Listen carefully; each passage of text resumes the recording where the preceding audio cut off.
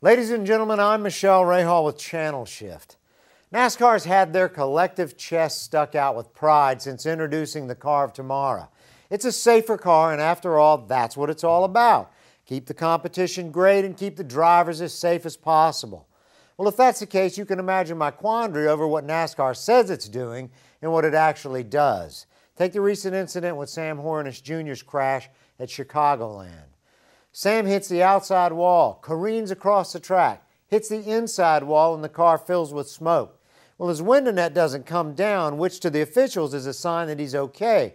But the window net doesn't come down. Is this car on fire? Is he a Hornish game hen? Is he knocked out? Well, thank God none of the above was true. But here's my bitch, and it has been for years.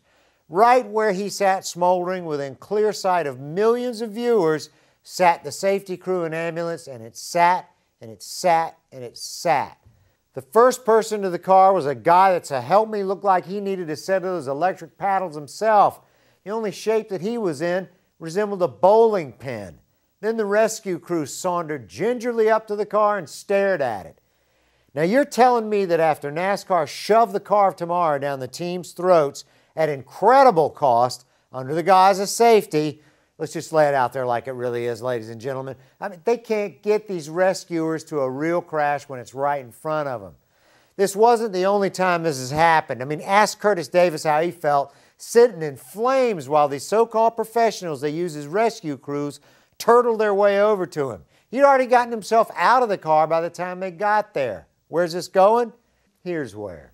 If NASCAR can spend and force others to spend millions of dollars in the name of safety, why can't they take that extra step and assemble a traveling safety crew that can actually respond to an emergency rather than stare at an accident like rubbernecking teenagers? Have you ever seen an Indycar or a Formula One crash? The safety crews are there even before the car stops moving. Not only that, but the doctors know the driver's entire history, the drug allergies, prior accidents, everything. But not NASCAR. They use the track's rescue crews. Now, I don't want to diss these guys, but let's get over these excuses of liability and these are professionals who know what they're doing.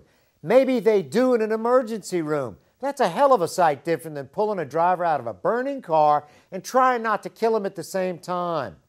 This whole thing to me is tantamount to going to Mexico to get a heart transplant.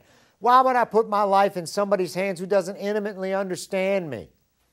NASCAR, it's time that you put together a traveling safety team and enter the 21st century on safety. Put your money where your mouth is. I'm Michele Rahal with ChannelShift. Thanks for watching.